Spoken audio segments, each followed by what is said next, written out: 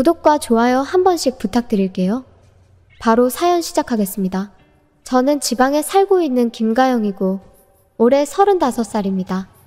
연하의 남편과 유치원생 딸 아영이와 셋이서 살고 있어요. 우리가 사는 곳은 나름 입지가 좋은 깨끗한 신축 아파트입니다.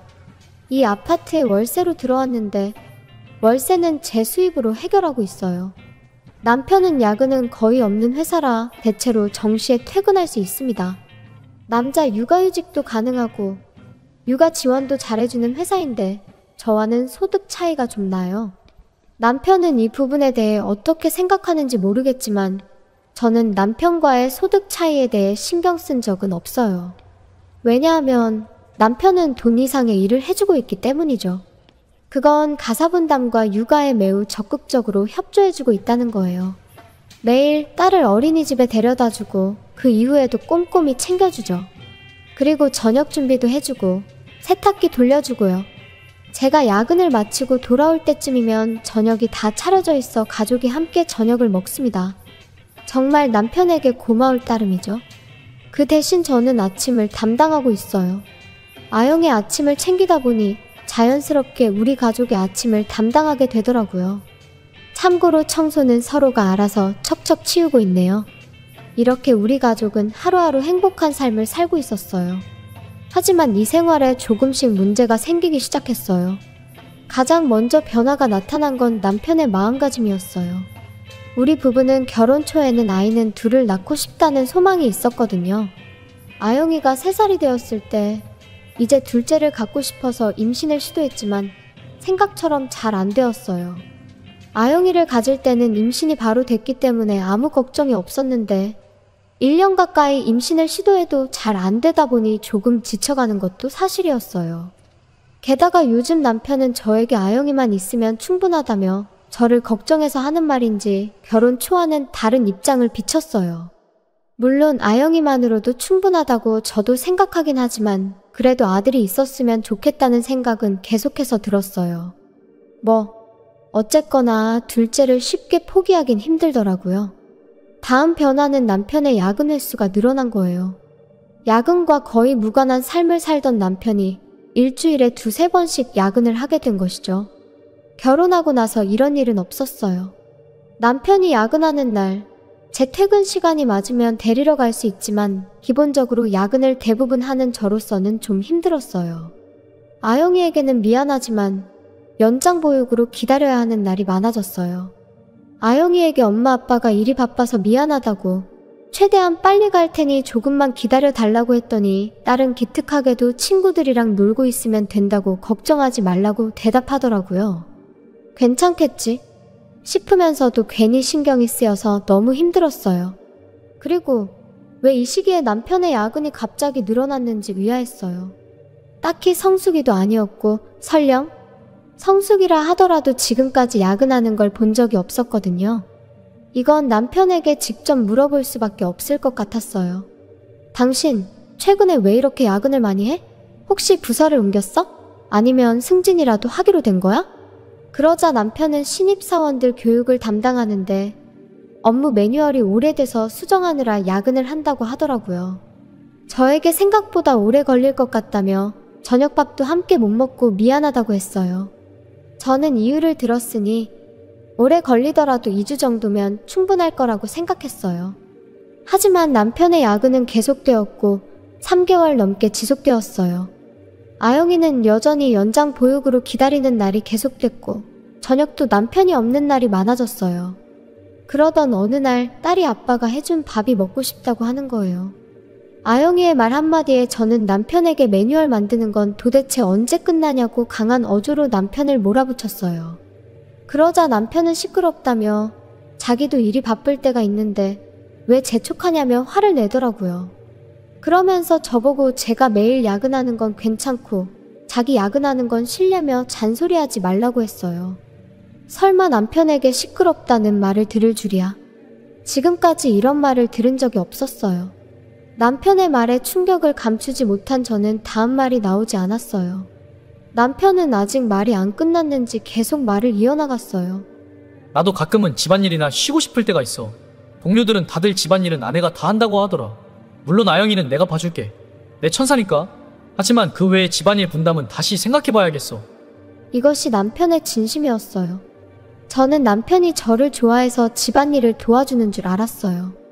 이렇게 남편의 속마음을 알게 되면서 우리 부부의 가사 분담은 크게 바뀌게 되었어요. 아영이의 바람을 들어주고 싶었던 남편은 아침밥만 만들어주기로 했어요. 그리고 그 외의 집안일은 제가 하기로 했어요. 분명히 제 몫이 늘어났지만 남편의 속마음은 집안일 하기 싫다는 게 진짜 속마음인 거죠. 어쩔 수 없이 저는 야근을 최대한 안 하는 쪽으로 머리를 써봤어요. 일찍 일어나서 출근하는 건 힘들지만 저녁에 일찍 퇴근할 수 있는 날이 많아지니 지금 상황에선 최선이라고 생각했거든요. 아영이와의 시간도 만들 수 있고 밤에 청소나 빨래를 하면 되니까요. 시간이 흘러 한 달이 지났어요. 남편은 휴일에 혼자 외출을 하더라고요. 지금까지는 혼자서 휴일에 외출하는 일은 거의 없었는데 집에 있어도 하는 거라곤 아영이와 놀거나 폰을 하거나 둘 중 하나긴 하지만요. 어쨌거나 남편이 수상했어요. 아무리 생각해도 이상했거든요. 그래서 저는 어쩔 수 없이 남편의 뒷조사를 사람을 시켜 해봤어요. 결과가 나오기까지 저는 아무것도 모르는 척하며 남편을 평소처럼 대했어요. 다만 결과에 따라 앞으로의 생활을 어떻게 할 건지, 아영이를 어떻게 할 건지를 잘 생각해봐야겠다는 생각이 들었어요. 몇 주 후 결과를 듣게 되었어요. 역시나 남편은 바람을 피우고 있더라고요. 상대방은 올해 입사한 신입사원인데 20대 중반의 여자애였어요. 상대방에 대해서도 함께 조사를 해주셨더라고요.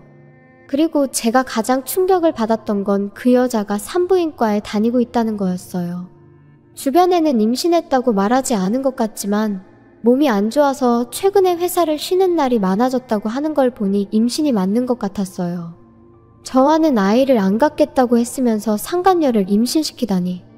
충격 뒤에 찾아온 건 분노가 아닌 허망함이었어요.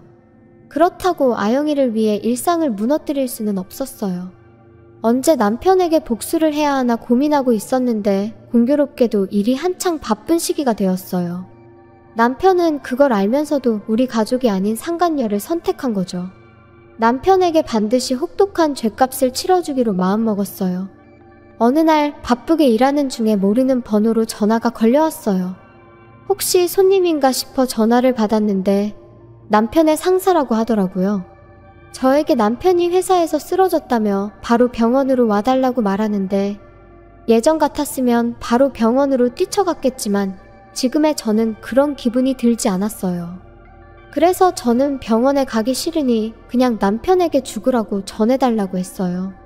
그랬더니 상사분께서 당황하시던데 저는 무시하고 전화를 끊었어요. 계속 전화가 왔지만 모두 무시했어요. 남편의 상태는 나중에 시부모님이 집에 오셔서 알려주셨어요. 제가 병원에 안 가서 시부모님께 연락이 갔다고 하더라고요. 참고로 상간녀는 시부모님이 아는 한 병원에 오지 않았다고 했어요. 남편은 어렸을 때부터 천식을 앓고 있었고 성인이 되어서도 가끔 발작을 일으켰었는데 이번에는 그 발작이 심했던 것 같고 그래서 병원으로 응급 이송이 됐다고 해요.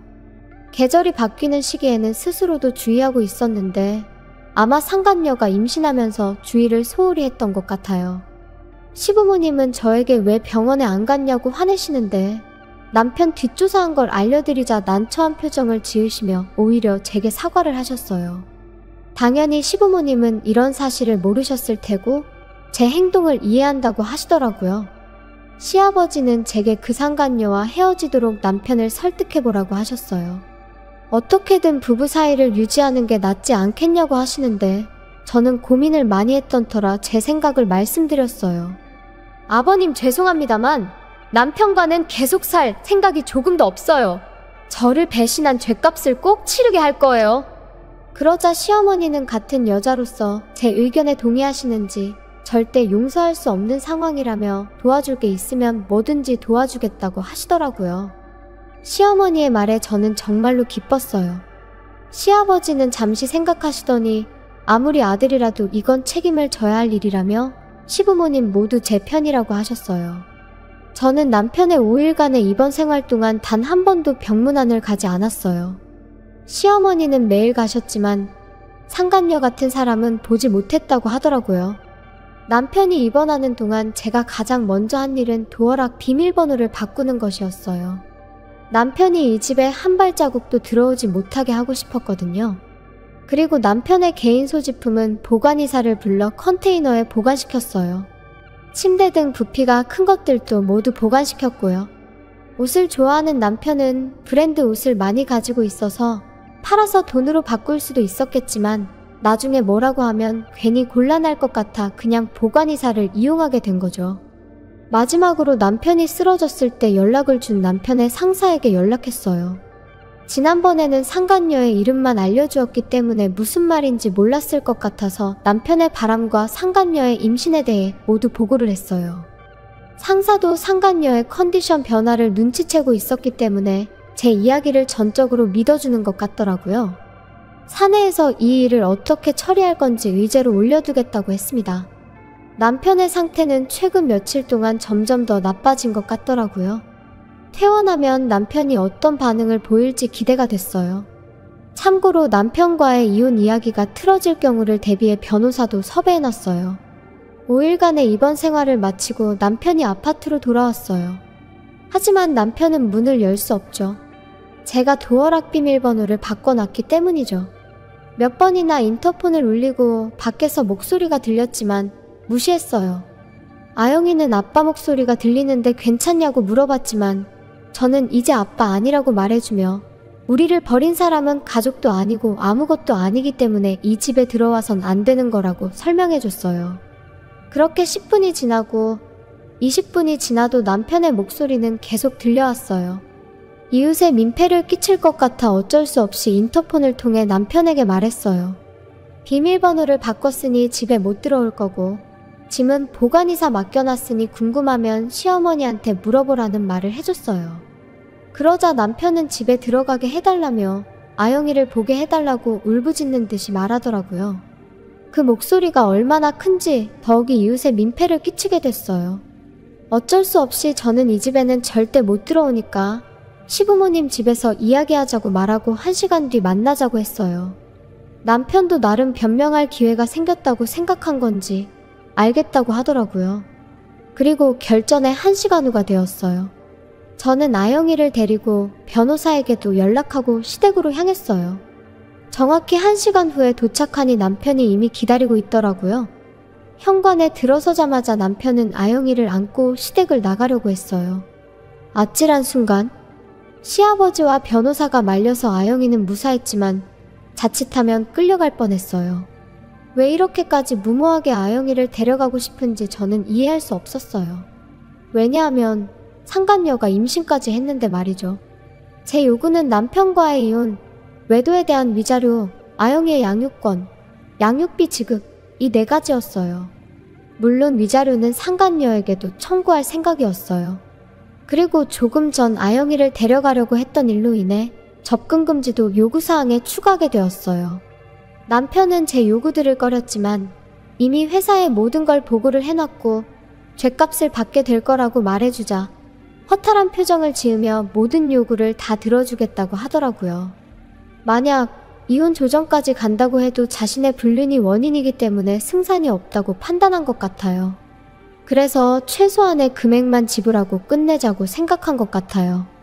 하지만 남편의 수입과 저축을 고려하면 꽤 금전적으로 부담될 텐데 그 후에 남편은 저와 이혼이 성립되자마자 바로 상간녀와 혼인신고를 했다고 해요. 하지만 그 둘에게서 받은 위자료는 총 6천만 원. 게다가 매달 양육비로 70만 원씩 주기로 되었어요.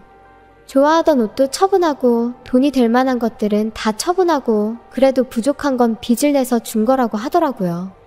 앞으로 아이가 태어날 텐데 빚을 깔고 시작이라니. 저로서는 정말 상상도 하기 싫은 일이네요.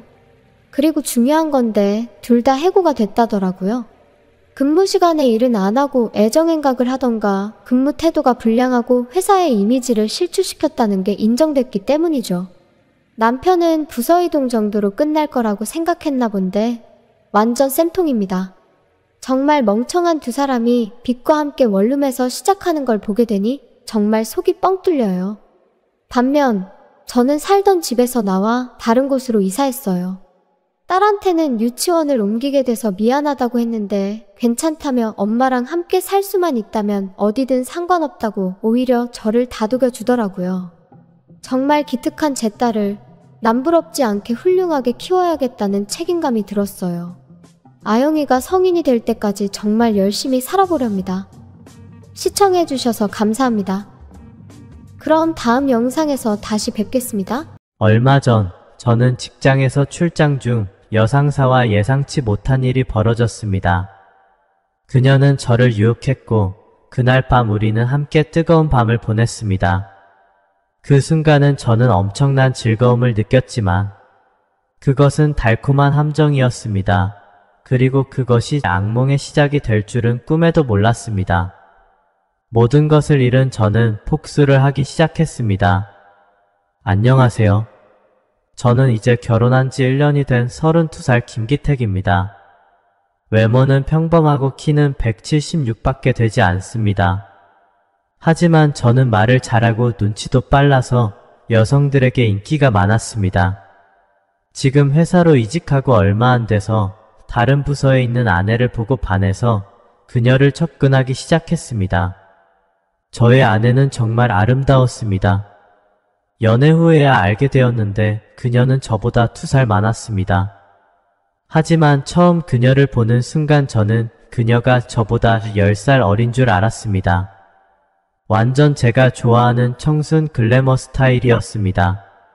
저의 열정적인 구애 끝에 저와 아내는 사내 커플이 되었습니다. 우리는 사귀기로 한 지 3일 만에 모텔에서 처음 관계를 가졌습니다. 그녀의 아름다운 몸매와 뜨거운 열정 속에서 우리는 밤새도록 서로를 원했고 힘이 없어서 움직이지 못할 때까지 모든 에너지를 쏟아부었습니다. 그리고 이튿날 출근해서 피곤해 죽는 줄 알았습니다. 하지만 그때는 정말 행복했습니다. 연애 6개월 만에 저는 아내에게 청혼을 하였고 아내는 수락하였습니다. 하지만 아내는 결혼 직전에 갑작스럽게 퇴사했습니다. 처음에는 이유를 몰라 의아해했지만 아내는 저보다 2살 많았고 나이가 더 들기 전에 임신 준비를 시작해 빨리 아이를 가지길 원한다고 말했습니다. 저는 아내의 의견에 동의했고 그렇게 우리는 새로운 가정을 꾸려나가고 있었습니다. 우리 회사는 한 화장품 회사이고 저는 영업팀장으로 일하고 있습니다. 지난주 우리 회사는 중요한 고객인 중국의 한 온라인 쇼핑업체와 초기 협력 협약을 맺기로 했습니다. 그런데 경쟁업체가 나타나 변수가 생길 수 있다는 정보가 입수되어 그날로 급하게 중국을 방문해야 했습니다. 거래 금액이 상당히 컸고 아주 중요한 문제이기 때문에 사장님은 제가 혼자서 이 중요한 업무를 잘 처리할 수 있을지 걱정하셨습니다. 그래서 영업이사인 공연영 이사님을 저와 함께 보내기로 결정했습니다. 공연영 이사는 저보다 3살 많고 저보다 한 직급 높으며 사내에서 매우 주목받는 인물입니다. 그녀는 돌싱이며 30대 중반이지만 20대 여성처럼 아름답고 매력적입니다. 출장 당일 공연영 이사와 저는 비행기를 타고 중국의 상하이로 향했습니다. 도착했을 때는 이미 저녁 8시였습니다. 우리는 곧바로 택시를 타고 호텔로 갔습니다. 그런데 체크인할 때 공연영 이사가 여권을 잃어버렸다는 사실을 알게 되었습니다. 프런트 데스크 직원은 여권이 없으면 방을 내줄 수 없다고 했습니다.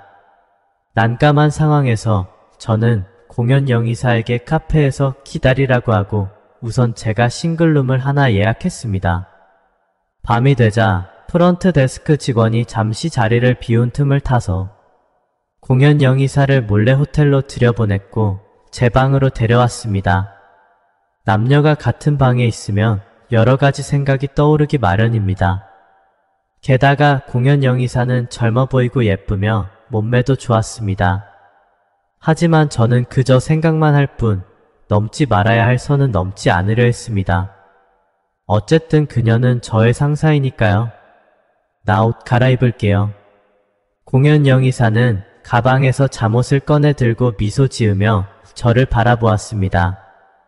아, 그럼 저는 밖에서 기다리고 있을게요. 저는 일어나 나가려 했습니다. 꽤 신사적이시네요. 굳이 나갈 필요 없어요. 그냥 등을 돌리고 있으면 돼요.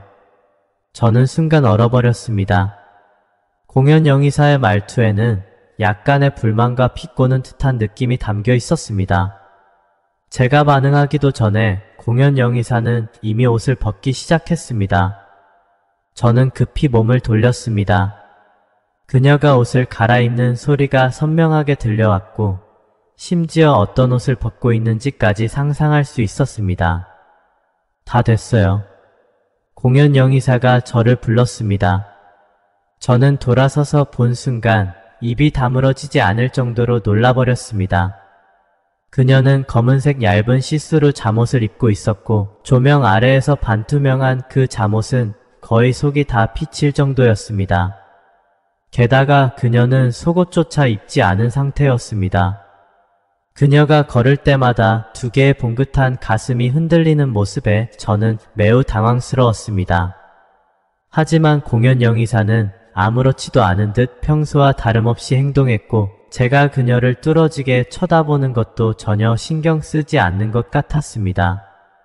속으로 뭐지 싶었습니다. 저와 그녀는 이 정도로 가까운 사이는 아니었습니다. 그녀가 일부러 유혹하는 건가? 저는 생각했습니다. 결국 용기를 내어 물었습니다. 이사님, 왜 속옷을 안 입으셨어요? 공연 영의사는 순간 멈칫하더니 얼굴에 약간의 홍조가 스며들었습니다. 나 씻으러 가려고 했어. 아마도 그녀는 옷이 너무 얇다는 것을 잠시 잊고 있었던 것 같습니다. 그렇게 저도 모르게 뜻밖의 장면을 보게 된 것이죠. 그녀의 몸매는 정말 완벽했습니다. 공연 영의사가 욕실로 들어갔고 저는 침대에 누워 내일 일정을 머릿속으로 정리하고 있었습니다. 그런데 갑자기 벨소리가 울렸습니다. 저는 고개를 돌려보니 공연 영의사의 휴대폰이 침대 위에 있었습니다. 이미 밤 11시가 넘어가는데 대체 누가 이 시간에 전화를 하는 걸까? 급한 일일지도 모른다는 생각에 저는 전화를 집어들었습니다. 발신자 표시를 확인해보니 우리 사장이었습니다. 이 늦은 밤에 무슨 일이지? 저는 전에 동료들로부터 공연 영의사와 사장이 애인 관계일지도 모른다는 소문을 들은 적이 있었지만 그때는 대수롭지 않게 여겼습니다. 공연 영의사는 젊고 예쁘며 능력도 있으니 굳이 우리 사장 같은 50대 남자를 만날 이유가 없다고 생각했기 때문입니다. 그래서 당연히 업무 때문일 것이라고 생각했습니다. 그때 욕실에서 물소리가 멈추고 공연 영의사가 욕실 문을 살짝 열었습니다. 기택씨, 내 휴대폰 벨이 울린 거 맞나요? 그녀가 물었습니다. 네, 이사님. 저는 휴대폰을 그녀에게 가져다 주었습니다. 그녀는 몸을 문 뒤에 숨기고 얼굴과 팔만 내민 채 전화를 받았습니다. 공연 영의사는 전화를 확인하자마자 얼굴에 약간의 당황스러운 기색이 나타났고 곧바로 욕실 문을 닫아버렸습니다. 저는 몇 걸음 물러났고 곧이어 욕실에서 물소리가 다시 크게 들려왔습니다. 그녀가 일부러 물을 틀어놓고 제가 듣지 못하게 하려는 것 같았습니다. 원래는 도청할 생각이 없었지만 그녀의 행동이 오히려 제 호기심을 자극했습니다. 저는 조용히 욕실 문으로 다가가 귀를 대고 들었습니다. 상대방의 목소리는 들리지 않았고 그녀의 목소리만 들렸습니다. 자기야, 지난번 같이 있을 때 이번에 내가 계약을 따내면 명품백 사준다고 했잖아.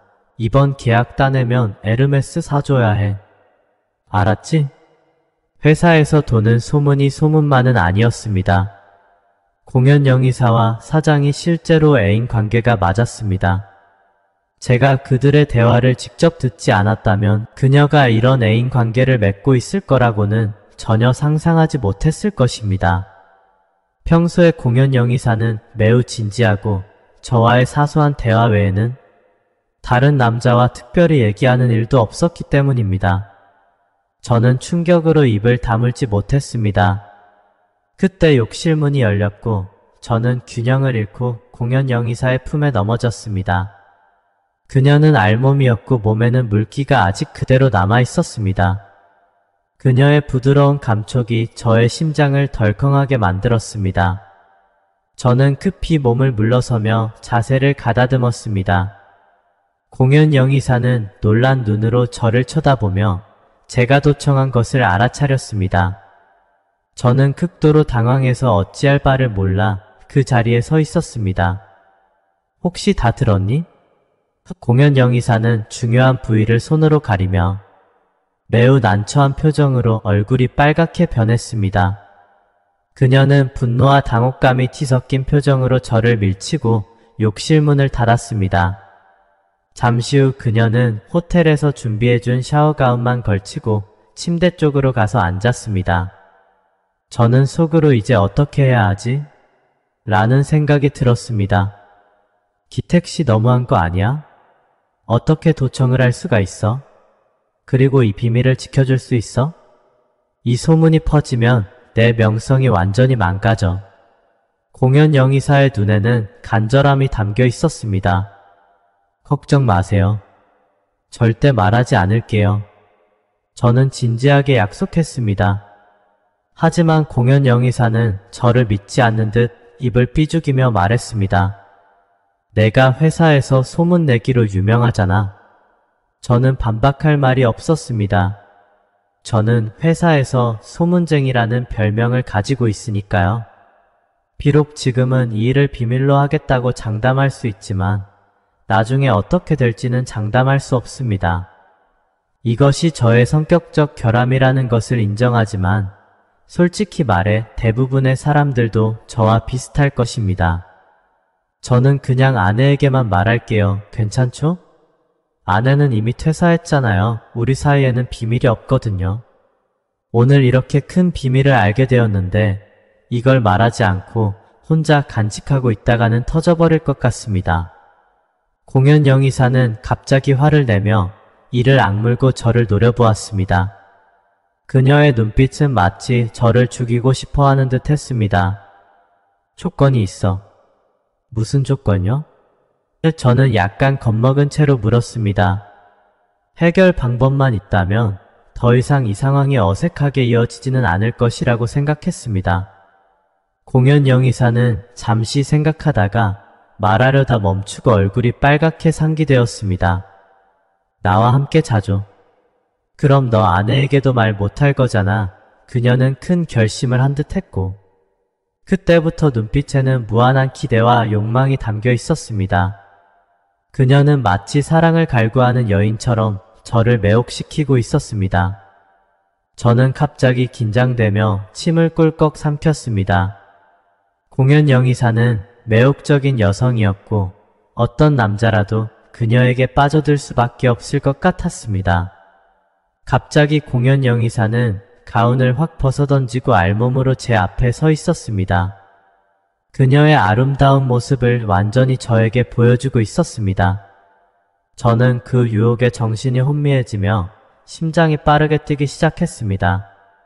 그녀는 저의 손을 그녀의 가슴에 올리고 제 귀에 속삭이며 말했습니다. 나와 함께 자죠. 그러면 내가 이 비밀을 누설하지 않을 것 같아. 그녀의 따뜻한 숨결이 제 귀를 자극하며 저는 더욱 흔들렸습니다.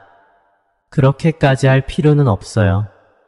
제가 말했지만 제 눈은 솔직하게도 그녀의 몸매에서 벗어나지 못했습니다. 필요해. 그녀는 저를 침대 위로 밀어붙이고 곧바로 제 위에 올라탔습니다. 부드러운 그녀의 몸이 제 몸에 닿자 저는 순식간에 흥분 상태가 되었습니다. 이런 상황에서 제가 거절한다면 저는 남자가 아니겠죠. 저는 몸을 돌려 그녀를 아래로 밀어붙이고 그녀의 섹시한 입술에 강하게 키스를 했습니다. 그러나 그 순간 저는 아내가 떠올랐고 깊은 죄책감이 저를 덮쳤습니다. 저는 멈춰야 한다는 생각이 들었습니다.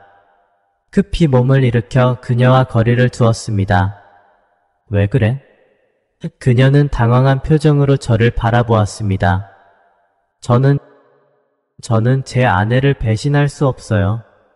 저는 깊은 숨을 들이마시며 자신을 진정시키려 애썼습니다. 제 아내는 저에게 너무 잘해줘요. 제가 힘들었던 시절에도 그녀는 저를 떠나지 않았어요. 응, 너 참 한결같네. 하지만 내 아내는 그럴 가치가 없어. 공연 영의사는 비꼬듯이 말했습니다. 저는 미간을 찌푸렸습니다. 그녀의 말에는 뭔가 숨은 의미가 있는 것 같았고 불길한 예감이 들어 갑자기 긴장했습니다. 무슨 뜻이에요? 사실을 말해줄게. 내 아내도 사장님의 여자인 걸 몰랐어? 그 말에 마치 청천벽력이 떨어진 듯 가슴이 꽉 막혀 숨이 막힐 지경이었습니다. 제가 그토록 소중히 여겼던 아내가 저를 배신했다니 믿을 수 없었습니다. 아니야, 내 아내는 나를 그렇게 사랑하는데 어떻게 그럴 수 있겠어? 믿을 수 없어. 거짓말하지 마요. 저는 감정을 억제하지 못하고 분노에 차서 외쳤습니다. 공연 영의사는 비웃듯이 저를 바라보며 가방에서 몇 장의 사진을 꺼내 제게 던졌습니다. 저는 손을 떨며 사진을 집어들었습니다. 사진 속에서 제 아내는 눈이 풀린 채 얼굴이 붉게 물들어 있었고 한 손가락을 매혹적으로 입술에 대고 있었습니다. 드레스의 어깨끈이 팔에 걸쳐진 모습은 마치 발정한 듯한 모습이었습니다. 저는 분노에 차서 사진을 바닥에 내던지고 두 손으로 머리를 감싸 쥐었습니다. 감정이 폭발할 것만 같았습니다. 내 아내가 회사를 그만둔 이유는 내가 그녀와 사장님의 관계를 눈치챌까 봐서였어. 그녀가 말한 임신 준비 때문이라는 건 전부 거짓말이었지. 공연 영의사의 말은 마치 날카로운 칼날이 제 심장을 찌르는 듯했고 숨을 쉴 수 없을 만큼 아팠습니다. 그런 여자를 위해 슬퍼할 필요 없어. 그런 여자를 위해 충실할 필요도 없잖아. 그렇지? 공연영 이사가 제 목에 팔을 감고 진지한 눈빛으로 저를 바라보았습니다. 아내의 배신을 머릿속에서 떠올리며 폭수심이 가슴 깊은 곳에서 치솟았지만 마음 한편으로는 여전히 혼란스러웠습니다. 그러나 결국 분노와 배신감에 휩싸인 저는 공연 영의사를 거칠게 침대 위로 밀어붙이고 그녀의 목을 움켜쥐며 강하게 입술을 마주했습니다. 분노와 혼란스러운 욕망이 뒤섞인 채 저는 그녀에게 제 감정을 거칠게 쏟아냈고 그녀는 떨며 숨죽인 비명을 질렀습니다. 우리는 밤새도록 격렬하게 뒤엉켰고 새벽이 되어서야 겨우 멈출 수 있었습니다. 잠은 3시간도 자지 못했습니다. 우리는 지친 몸을 이끌고 고객사로 향했고 정신을 바짝 차리며 협상을 진행했습니다. 결국 우리는 계약을 성공적으로 성사시켰습니다. 그리고 저는 마음이 급해져 곧바로 오후 비행기편을 예약하려고 했습니다. 그때 공연영 이사의 여권이 없다는 것을 떠올리며 그녀에게 임시 여권을 발급받으라고 했습니다. 그러나 그녀는 태연하게 가방에서 여권을 꺼내 제 눈앞에서 흔들었습니다. 저는 순간 얼어붙었습니다. 여권을 잃어버린 게 아니었어요? 저를 속인 거예요? 저는 의심이 가득한 목소리로 그녀에게 물었습니다. 어제는 정말로 못 찾았어. 오늘 아침에 캐리어 안쪽 구석에서 발견한 거야. 공연영 이사는 짜증 섞인 표정으로 대답했습니다. 저는 미간을 찌푸리며 그녀를 바라보았지만 더 이상 말하지 않았습니다. 그러나 여전히 뭔가 찜찜한 느낌을 떨칠 수 없었습니다. 그날 저녁 비행기에서 내려 저는 집으로 가려고 택시를 잡으려 했습니다. 하지만 공연 영의사는 저를 강제로 붙잡고 저녁을 먹자며 놓아주지 않았습니다. 어쩔 수 없이 그녀와 함께 저녁 식사를 하러 갔습니다. 밤 11시가 되어서야 저는 택시를 타고 집으로 향했습니다. 저는 집으로 가는 길에 수많은 생각이 들었습니다. 제가 출장을 간 이틀 동안 아내가 저에게 전화 한 통 하지 않은 것은 분명 사장과 바람을 피우느라 바빴기 때문일 것입니다. 이 생각이 들자 저는 택시기사에게 빨리 운전해달라고 재촉했습니다. 어쩌면 지금 집에 가면 현장을 잡을 수도 있을 것 같았습니다. 집에 도착하자 저는 열쇠로 조심스럽게 문을 열고 발소리를 죽이며 집 안으로 들어갔습니다. 그때 침실에서 신음소리가 들려왔고 저는 분노가 치밀어 올랐습니다. 하지만 최대한 침착하려고 노력하면서 휴대폰을 꺼내 녹화 기능을 켰고 한 발로 문을 팍 차고 들어갔습니다. 그 순간 제 눈앞에는 우리 사장이 개구리처럼 제 아내 위에 올라타 있는 모습이 보였습니다. 저는 마치 가슴에 비수가 꽂힌 듯한 고통을 느끼며 극도로 분노했습니다. 그들은 저를 보고 잠시 놀란 듯 했지만 곧 태연한 모습으로 돌아갔습니다. 제 아내는 사장의 등을 꼭 붙잡고 있었고 얼굴에는 만족스러운 표정이 가득했습니다. 저는 극도의 모욕감을 느꼈고 그들이 저를 전혀 신경 쓰지 않은 채 제 눈앞에서 그런 행위를 계속하는 것을 보고 더 이상 감정을 억제할 수 없었습니다. 저는 휴대폰을 바닥에 던지고 빠르게 다가갔습니다. 좋아. 사장은 몸을 한번 떨더니 제 아내 위에 엎드려 움직이지 않았습니다. X발. 저는 사장을 발로 차서 옆으로 밀어냈고 이어서 제 아내의 머리카락을 거칠게 잡아채고 그녀의 얼굴을 강하게 흔들었습니다. 너 이 자식 그만둬. 사장이 다가와 제 얼굴을 주먹으로 한 대 쳤고 저는 머리가 어지러워졌습니다. 정신을 차리려고 고개를 힘껏 흔들며 사장과 다시 몸싸움을 벌였습니다.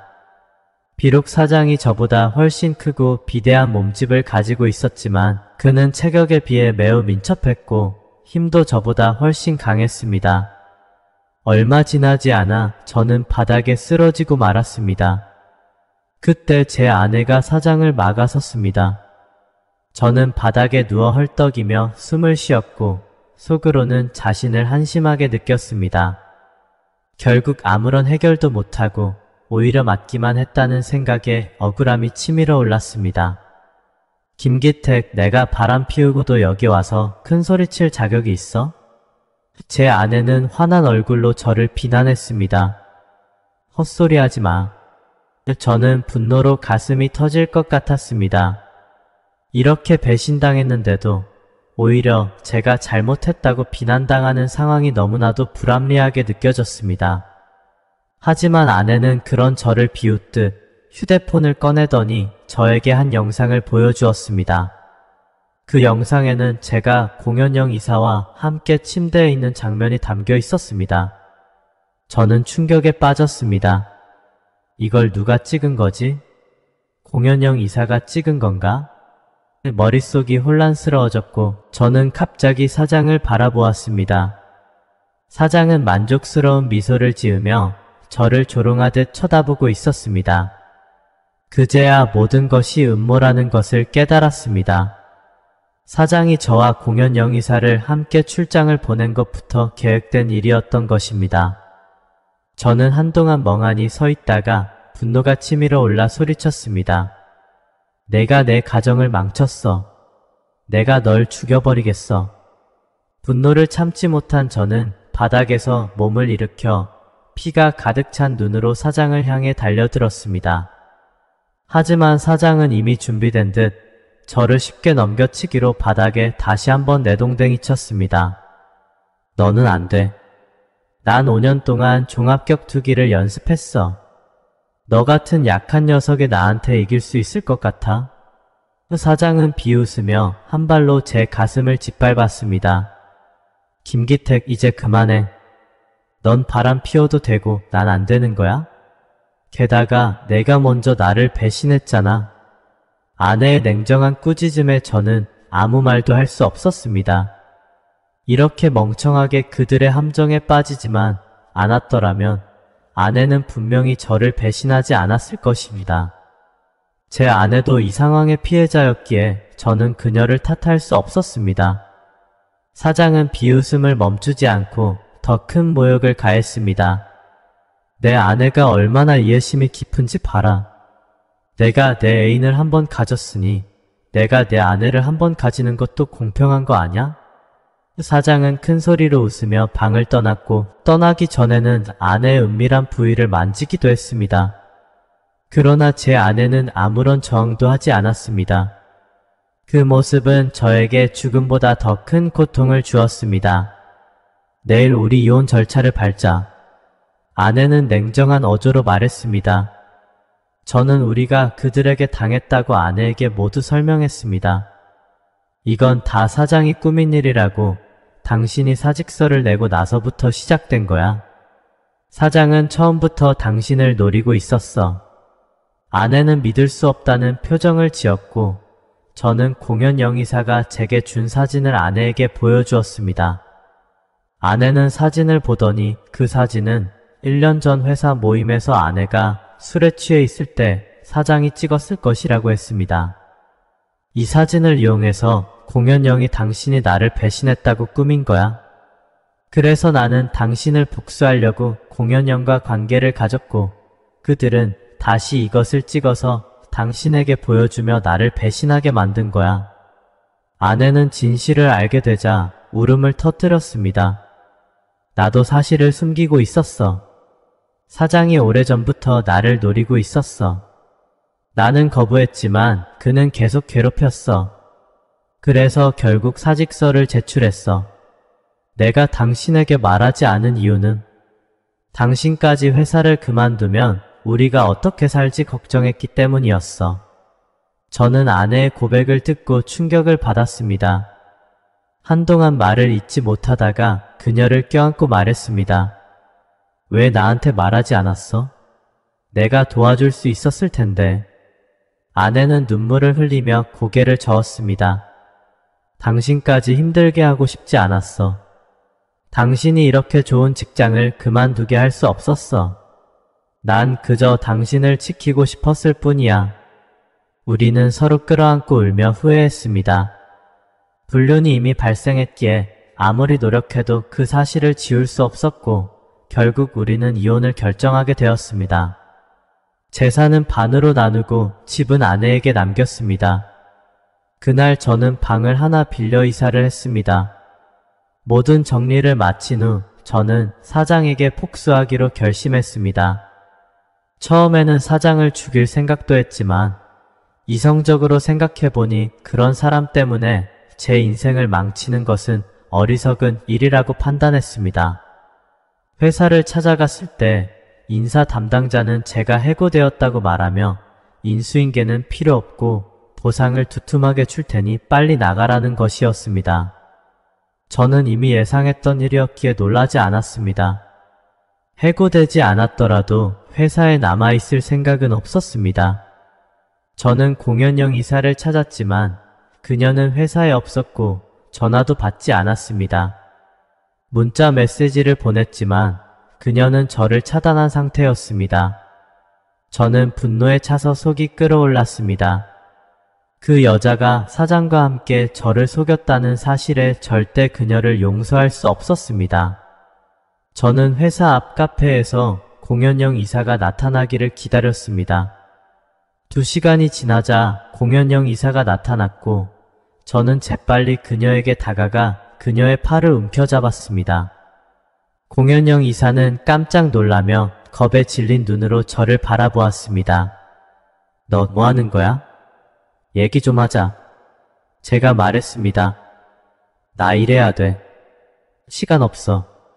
그녀는 말을 하면서도 불안한 눈빛으로 저를 쳐다보았습니다.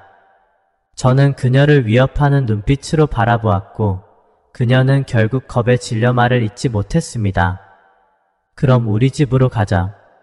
공연영 이사의 집에 도착하자 저는 그녀를 끌고 침실로 들어갔습니다. 다 너 때문이야. 저는 거칠게 그녀의 흰 셔츠를 잡아당겨 단추를 모두 뜯어냈고 그녀의 하얀 피부가 드러났습니다. 저는 그녀를 침대에 밀어붙이고 미친 듯이 키스를 퍼부었습니다. 처음에는 그녀가 저항했지만 점차 그 상황을 즐기기 시작했고 저에게 적극적으로 맞춰주었습니다. 저는 그녀의 위에 올라타 마치 야수처럼 분노를 쏟아냈습니다. 처음에는 그녀를 복수하려고 했지만 그녀는 오히려 그 상황을 즐기며 몸을 비틀고 자극적인 소리를 냈습니다. 저는 3번이나 그녀와 함께했고 결국 그녀는 지쳐서 침대 위에 녹초가 되어 쓰러졌습니다. 그만해줘. 그녀는 지쳐서 저에게 간절히 애원했습니다. 그제야 저는 마음이 조금 진정되었지만 여전히 만족할 수 없었습니다. 우리가 무슨 원한이 있는 것도 아닌데 왜 나를 이렇게 속인 거야? 저는 그녀에게 날카롭게 물었습니다. 미안해. 나도 이렇게 하고 싶진 않았어. 하지만 사장이 너무 많은 돈을 줬어. 그녀는 죄책감에 고개를 숙인 채 말했습니다. 너에게는 양심이 없는 거야? 저는 목소리를 높였고 그녀는 겁에 질려 얼굴이 하얗게 변했습니다. 저는 이 상황의 주범이 공연 영의사가 아니라 사장이라는 것을 알고 있었습니다. 저는 그녀에게 사장의 약점을 찾아달라고 요구하려고 했습니다. 그렇지 않으면 저는 사장에게 복수할 방법이 없었습니다. 저는 사장과 제 아내의 영상을 인터넷에 퍼뜨려 사장의 평판을 망치고 싶었지만 그렇게 하면 저의 아내도 상처를 받을 것이고 사장도 제가 공연 영의사와 함께한 영상을 퍼뜨릴 것이 분명했습니다.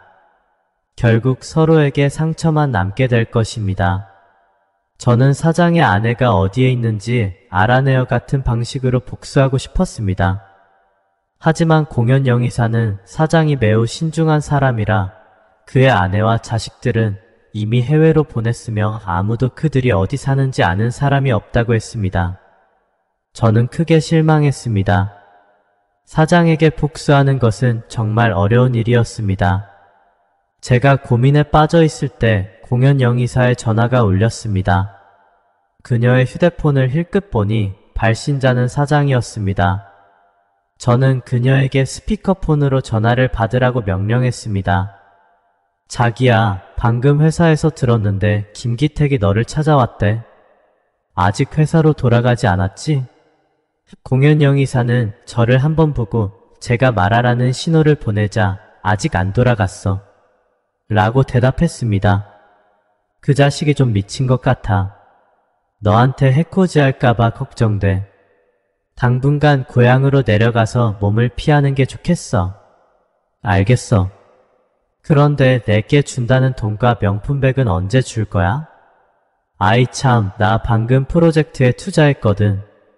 지금 당장 손에 돈이 부족해. 우선 2천만 원 줄게. 나머지는 나중에 줄게. 공연 영의사는 얼굴을 찌푸리며 뭔가 이상하다는 것을 느꼈습니다. 안 돼, 지금 당장 줘. 뭐야, 내가 너한테 돈을 떼먹겠어? 내가 나랑 같이 지낸 지도 벌써 2년이야. 내가 너한테 준 돈이 5억 원이 넘지 않냐? 그걸로 부족해? 사장님, 제가 돈을 그냥 받았나요? 제가 얼마나 많은 프로젝트를 성사시켰는데요. 말이 많네. 2천만 원 밖에 없어. 필요하면 가져가고 아니면 말고. 사장은 전화를 끊어버렸고 공연 영의사는 분노로 가득 찼습니다. 사장이 이제 그녀를 지겨워하고 버리려 한다는 것을 깨달았던 것입니다.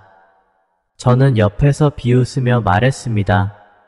악한 사람은 결국 자신보다 더 악한 사람에게 당하는 법이지.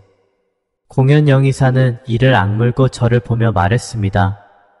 내 아내는 이미 오래전부터 사장과 엮여 있었어. 이번에 너를 함정에 빠뜨린 것도 내 아내가 사장의 아이를 가졌기 때문이야. 그들은 이 일이 드러날까봐 겁나서 짜고 내가 이혼하게끔 한 거야. 그 말을 들은 저는 마치 번개에 맞은 것처럼 머리가 하얘졌습니다. 내 아내도 만만한 사람이 아니야. 그녀는 사장의 아이를 빌미로 사장을 협박해 결혼하려고 했어. 그녀는 오래전부터 부유한 사모님이 되고 싶어 했고 너는 그저 모르고 있던 바보였던 거야. 공연 영의사의 말은 제 인생을 송두리째 흔들었습니다. 제가 몰랐던 비밀이 이렇게나 많다니. 너 사장에게 복수하고 싶지 않아? 내가 도와줄 방법이 있어. 그녀는 물었습니다. 무슨 방법인데? 2천만 원을 줘. 그러면 알려줄게. 너 말만 하면 돈에 미쳤어? 저는 당장이라도 터질 것 같았습니다. 하지만 공연 영의사는 입을 꼭 다물고 돈을 주지 않으면 말하지 않겠다는 태도를 취했습니다. 죽고 싶냐? 저는 이를 악물며 위협했습니다. 내가 살인을 할 수 있었다면 벌써 사장을 죽였겠지. 나한테까지 와서 이러지 않았을 거야. 겁주지 마. 돈을 주면 내가 원하는 걸 얻게 해줄게. 공연 영의사는 이미 저를 파악하고 있었습니다. 제가 법을 어기는 일을 하지 않을 것이라는 것을요. 좋아, 줄게. 저는 공연 영의사에게 2천만 원을 건넸고 그녀는 휴대폰에서 클라우드에 저장된 사진과 녹음을 찾아 저에게 보내주었습니다. 이건 사장이 물건을 거래처에 납품할 때 뇌물을 준 증거들이야. 금액이 상당히 커서 이걸로 고발하면 그 자식은 감방에 갈 거야. 공연 영의사는 자신만만하게 말했습니다. 저는 가슴이 뛰었습니다. 드디어 그 끔찍한 사장이 대가를 치르게 될 것입니다. 저는 당장이라도 그를 고발하고 싶었지만 공연 영의사가 저를 막았습니다. 내가 사장한테 돈을 받고 퇴사할 거야. 나도 이제 그 자식과 더 이상 일할 생각 없어. 그러니 내가 돈을 받으면 고발해. 그렇지 않으면 나는 돈을 못 받아. 알겠어, 서둘러. 공연 영의사는 바로 사장에게 전화를 걸었습니다. 사장님, 저 퇴사할게요. 그리고 2천만 원도 준비해주세요. 바로 고향으로 돌아갈 거예요. 알겠죠? 공연 영의사는 회사에 가서 퇴사 절차를 마치고 나서 저에게 전화를 걸었습니다. 저는 곧바로 사장을 고발하러 갔습니다. 하지만 자료를 제출한 후 그것들이 뇌물 증거가 아닌 아무런 상관없는 자료라는 것을 알게 되었습니다. 저는 분노로 가득 찼고 그제야 공연 영의사에게 또다시 속았다는 것을 깨달았습니다. 이 여자는 정말 악랄했습니다. 저는 미친 듯이 공연 영의사에게 전화를 걸었지만 그녀는 이미 저를 차단한 상태였습니다. 저는 급히 공연 영의사의 집으로 달려갔지만 집주인은 그녀가 이미 이사 갔다고 말했습니다. 저는 완전히 이성을 잃었습니다. 공연 영의사를 찾아내기만 하면 반드시 그녀를 죽일 것 같았습니다. 저는 누구도 용서하지 않을 생각이었습니다. 분노에 가득 차 전 아내를 찾아갔습니다.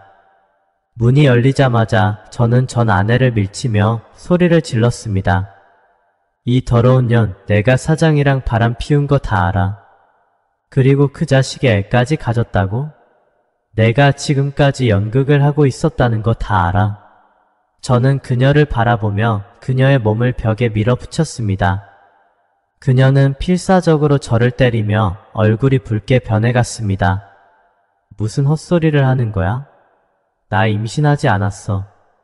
그녀는 힘겹게 말을 내뱉었습니다. 아직도 거짓말해? 오늘 너 죽여버릴 거야. 저는 그녀를 더 밀어 압박했고 그녀는 저의 말을 이해할 수 없다는 표정으로 저를 바라보았습니다. 그리고 그녀는 저를 힘껏 밀치고 바닥에 주저앉아 숨을 헐떡이며 눈물을 흘리기 시작했습니다. 저는 멍하니 그녀를 바라보며 어찌할 바를 몰랐습니다. 누가 나 임신했다고 말했어? 누가 그랬어? 그녀는 대성통곡하며 소리쳤고 그 모습은 거짓말을 하는 것 같지 않았습니다. 저는 냉정을 되찾으며 아마도 공연 영의사가 저를 속였을 가능성을 생각하게 되었습니다. 너 정말 사장의 아이를 가진 게 아니야? 그 자식이랑 결혼할 생각도 없다고? 헛소리 하지 마. 지금 당장 병원에 가서 확인해봐. 내가 임신했는지 안 했는지. 저는 잠시 망설이다 결국 그녀를 데리고 산부인과에 갔습니다. 결과는 그녀가 임신하지 않았다는 것이었습니다. 미안해 여보. 저는 그녀에게 사과했습니다. 그녀는 눈물을 머금은 채 저를 노려보았습니다. 아내는 오랫동안 아무 말도 하지 않다 결국 떠났습니다. 저는 마음이 완전히 무너졌습니다. 저는 그녀를 정말 사랑했고 우리는 행복하게 살고 있었습니다. 그런데 왜 이런 일을 겪어야 하는 걸까요? 길을 따라 10분 정도 멍한 상태로 걷다 보니 조금씩 마음이 가라앉기 시작했습니다. 그러다 문득 회사 동료들이 공연영의 은신처를 알 수 있을지도 모른다는 생각에 전화를 돌리기 시작했습니다. 저는 별명이 소문쟁이인 만큼 많은 동료들과 좋은 관계를 유지해왔고 제 상황을 알고 있던 동료 직원들은 저를 동정했습니다. 그리고 사장이 직위와 돈을 이용해 회사 내 예쁜 여자 여러 명을 자기 애인으로 만들었다는 것에 많은 남성 직원들이 분노했지만 참을 수밖에 없었던 상황이었습니다.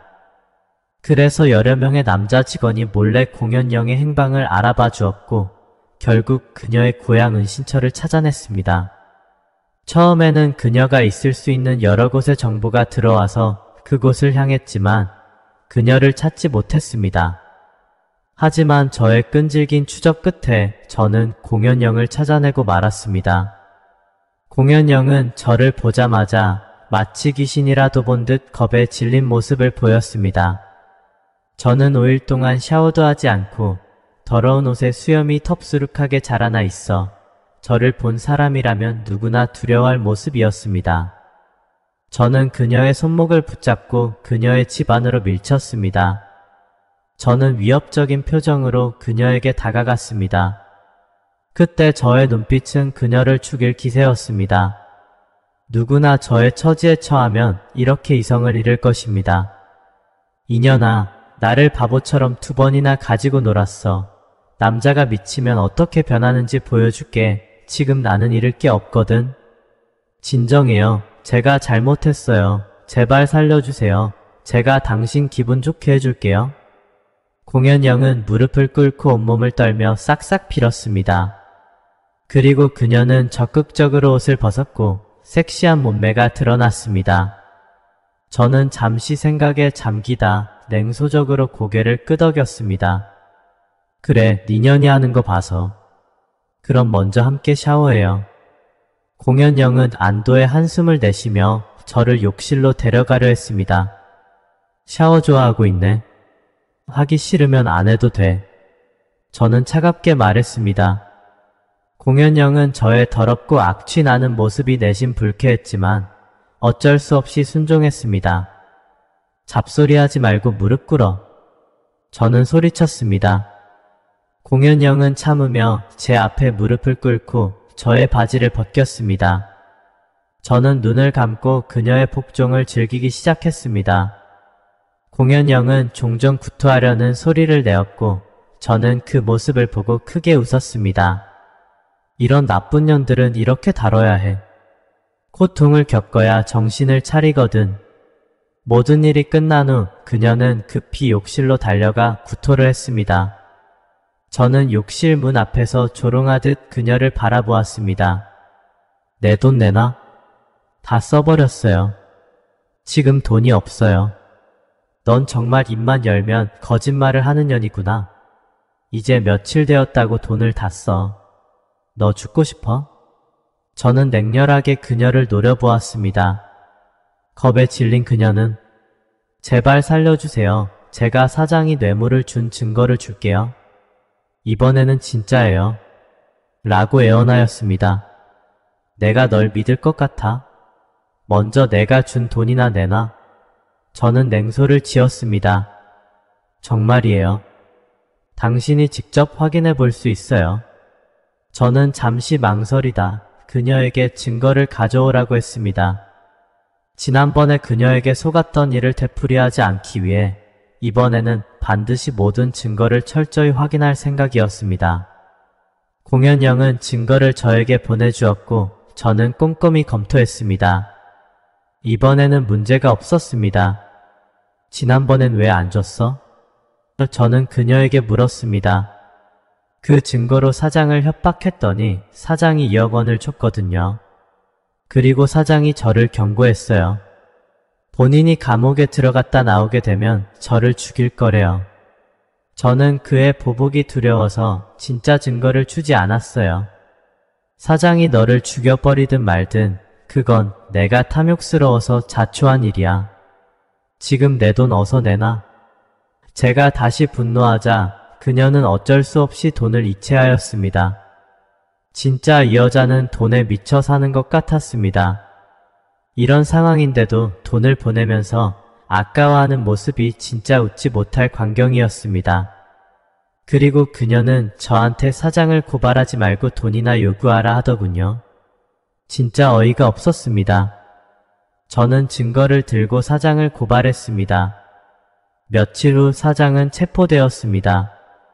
조사가 진행되면서 사장은 더 많은 범죄를 저질렀다는 것이 밝혀졌습니다. 사장은 뇌물공여죄, 배임증제죄, 특정경제범죄 가중처벌, 부정청탁, 성추행 등 많은 행위가 범죄에 해당되며 결국 검찰은 10년형을 구형하였습니다. 그런데 사장은 공연영을 협박 및 갈취 혐의로 고소했고 그녀의 범죄 동조 사실도 폭로하였습니다. 결국 공연영도 체포되었습니다. 그녀도 법의 처벌을 면치 못하게 되었습니다. 저는 드디어 복수를 완수한 기분이 들었고 이제 새로운 삶을 시작하려 했습니다. 모든 상황이 정리되고 5개월이 지난 후 저는 전 아내에게 돌아가 재결합하기로 결심했습니다. 한 번의 실수로 모든 것을 망치고 싶지 않았고 우리 사이에 진정한 사랑을 되찾고 싶었습니다. 전처의 집에 도착해 습관적으로 비밀번호를 눌렀지만 문이 열리지 않았습니다. 그녀가 비밀번호를 바꿨다는 사실에 마음이 아팠습니다. 아마도 그녀는 이미 저와의 재결합에 대한 희망을 버린 것 같았습니다. 좌절감에 문 앞에 앉아 고민하던 중 약 10분이 지나 계단에서 웃음소리가 들려왔습니다. 고개를 들어보니 전처가 한 남자의 팔에 감싸인 채 다가오고 있었습니다. 그 남자는 다름 아닌 회사의 부사장이었습니다. 김기택. 전처는 저를 보고 놀란 듯이 멈춰 섰습니다. 죄책감이 스친 듯 그녀는 고개를 숙였고 부사장은 당황한 표정으로 저를 바라보았습니다. 당신 부사장이랑 무슨 사이야? 지금 이게 무슨 상황이야? 저는 분노를 억누르지 못하고 소리쳤습니다. 부사장은 저를 향해 한 발 앞서며 단호하게 말했습니다. 내가 뭔데 소리 질러. 너희 이혼했잖아. 이제 남남이야. 저는 그 말에 멈칫했습니다. 맞습니다. 저는 이제 그녀에게 아무런 권리도 없었습니다. 그 사실이 제 가슴을 무겁게 짓눌렀습니다. 미안해 여보. 한 번만 기회를 줘. 내가 잘못했어. 이제 잘할게. 저는 그녀에게 간절히 애원했습니다. 그러나 그녀는 차가운 목소리로 말했습니다. 김기택 진정해. 우리 이혼했어. 더 이상 날 찾아오지 마. 당신은 나를 사랑한다고 했지만 2번이나 배신하고 의심했어.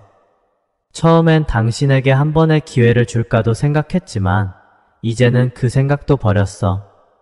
그런데 부사장과 함께 있는 건 어떻게 된 거야?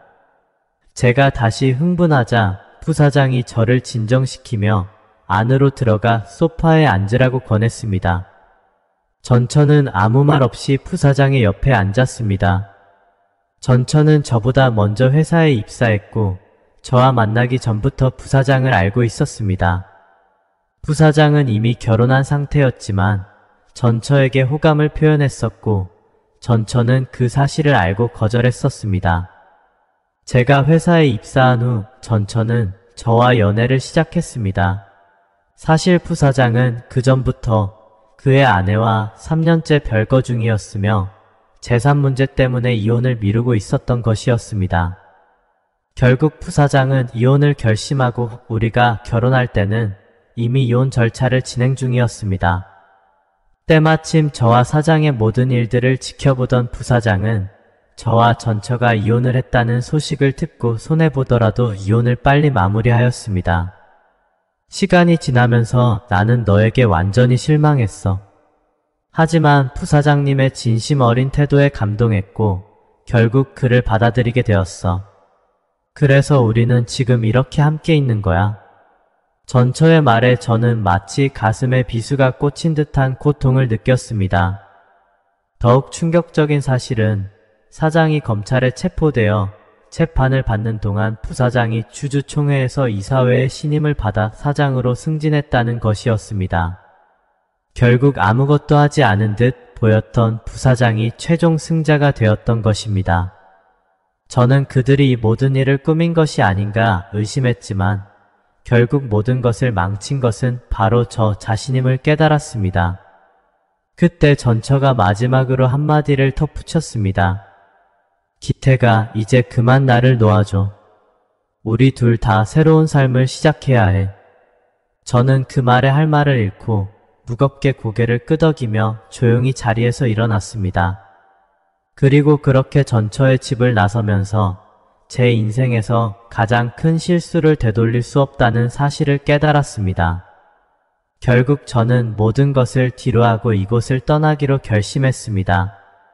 과거의 아픔과 실수를 되새기며 스스로에게 다짐했습니다. 이제는 새로운 곳에서 다시 시작해야 한다고.